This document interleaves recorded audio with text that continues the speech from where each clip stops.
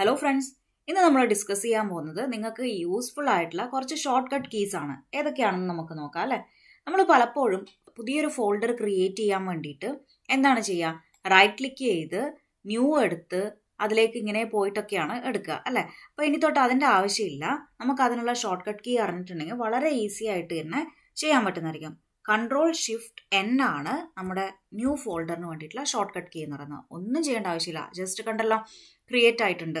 ഒന്നുകൂടി ഞാൻ കാണിച്ചു തരാം. കൺട്രോൾ കീയും ഷിഫ്റ്റും അതുപോലെ തന്നെ നമ്മുടെ N എന്ന് പറഞ്ഞിട്ടുള്ള ആൽഫബറ്റും കൂടി ഒന്നിച്ച് പ്രസ് ചെയ്തിട്ടുണ്ടെങ്കിൽ കണ്ടല്ലോ ന്യൂ ഫോൾഡർ 2 എന്ന് പറയുന്നതും ഇവിടെ ക്രിയേറ്റ് ആയിട്ടുണ്ട്. അപ്പോൾ വളരെ ഈസി ആയിട്ട് നമുക്ക് ചെയ്യാം. അപ്പോൾ ഇനി മൗസിൽ ക്ലിക്ക് ചെയ്ത് റൈറ്റ് ക്ലിക്ക് ചെയ്ത് പോകുമൊന്നും വേണ്ട, വളരെ ഈസി ആയിട്ട് തന്നെ Ctrl+Shift+N എന്ന് പറയുന്ന ന്യൂ ഫോൾഡറിനാണ് ഉദ്ദേശിക്കുന്നത്. മനസ്സിലായല്ലോ. അപ്പോൾ നമുക്ക് സെക്കൻഡ് ഷോർട്ട് കട്ട് എന്താണെന്ന് നോക്കാം. ഇനിയിപ്പോൾ എനിക്ക് ഈ രണ്ട് ഫയൽസും വേണ്ടാന്ന് വിചാരിക്കാം.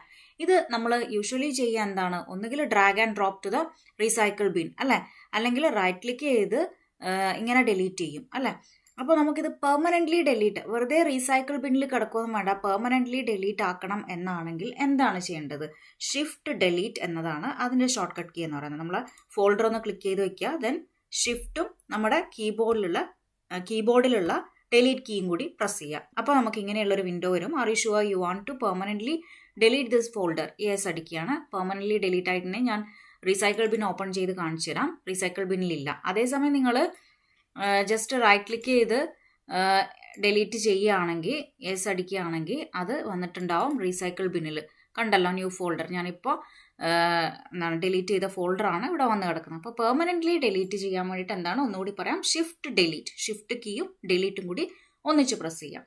അടുത്ത ഷോർട്ട് കട്ട് എന്ന് പറയുന്നത് നിങ്ങൾക്ക് വളരെ ഇഷ്ടപ്പെടുന്ന ഷോർട്ട് കട്ട് ആയിരിക്കും. അതായത് യൂഷ്വലി നമ്മൾ ഇമോജീസ് ഒക്കെ സെൻഡ് ചെയ്യുക ഫോണിലാണ് അല്ലേ, എന്നാൽ നിങ്ങൾക്ക് അത് കമ്പ്യൂട്ടറിലും സെൻഡ് ചെയ്യാൻ പറ്റും. അതിന് വേണ്ടിയിട്ട് എന്താ ചെയ്യേണ്ടതെന്ന് വെച്ചിട്ടുണ്ടെങ്കിൽ നമ്മുടെ വിൻഡോസ് കീയും നമ്മുടെ ഫുൾ സ്റ്റോപ്പ് ഉണ്ടല്ലോ അതും കൂടി ഒന്നിച്ച് പ്രസ് ചെയ്യുക. കണ്ടല്ലോ ഇങ്ങനെയുള്ള ഡിഫറെൻറ്റ് ടൈപ്സ് ഓഫ് ഇമോജീസ് നിങ്ങൾക്ക് ഏത് വേണമെങ്കിലും സെലക്ട് ചെയ്യാം. എക്സൽ ആയാലും വേർഡ് ആയാലും എന്തിൽ വേണമെങ്കിലും നിങ്ങൾക്ക് ഇങ്ങനത്തെ ഇമോജീസ് സെൻഡ് ചെയ്ത് കൊടുക്കാൻ പറ്റുന്നതായിരിക്കും. ഇപ്പോൾ ഞാൻ ജസ്റ്റ് വേർഡ് എടുത്തിട്ട് കാണിച്ചു തരാം. വേർഡ് എടുക്കുന്നു, എന്നിട്ട് ഞാനിവിടെ വിൻഡോസും ഫുൾ സ്റ്റോപ്പും കൂടി ഒന്നിച്ച് പ്രസ് ചെയ്യാൻ പോവാണ്. കണ്ടല്ലോ. അപ്പോൾ ഞാൻ ഇനി സെലക്ട് ചെയ്യുന്നതിനനുസരിച്ച് എനിക്കിവിടെ ഇമോജീസ് ഇടാൻ പറ്റുന്നതായിരിക്കും. അടുത്തതായിട്ട് നിങ്ങൾക്ക് വളരെ യൂസ്ഫുൾ ഒരു ഷോർട്ട് കട്ടാണ് ഞാൻ പറയാൻ പോകുന്നത്. നമ്മൾ നമ്മുടെ സിസ്റ്റത്തിൽ എന്തെങ്കിലും വർക്കൊക്കെ ചെയ്തുകൊണ്ടിരിക്കുന്ന സമയത്ത് നമ്മളെ ആരെങ്കിലും വിളിച്ചെന്ന് വിചാരിക്കുക. പെട്ടെന്ന് തന്നെ നമുക്ക് എന്താണ്, നമ്മുടെ സിസ്റ്റം ലോക്ക് ചെയ്യണം. അപ്പോൾ എന്താണ് ചെയ്യുക എന്നുള്ളതാണ് പറയാൻ പോകുന്നത്. വിൻഡോസും എല്ലും ആണ് അതിന് വേണ്ടിയിട്ട് പ്രസ് ചെയ്യേണ്ടത്. കണ്ടല്ലോ അത് പോയി. നമ്മളിനി പാസ്വേഡ് അടിച്ചു കൊടുത്തിട്ടുണ്ടെങ്കിൽ മാത്രമേ നമ്മുടെ സിസ്റ്റം ഓപ്പൺ ആവുള്ളൂ. ഓക്കെ, വിൻഡോസ് കീയും കീബോർഡിൽ എൽ എന്ന് പറയുന്ന ആൽഫബറ്റും കൂടി ഒന്നിച്ച് പ്രസ് ചെയ്തിട്ടുണ്ടെങ്കിൽ ലോക്കാണ്. L for lock.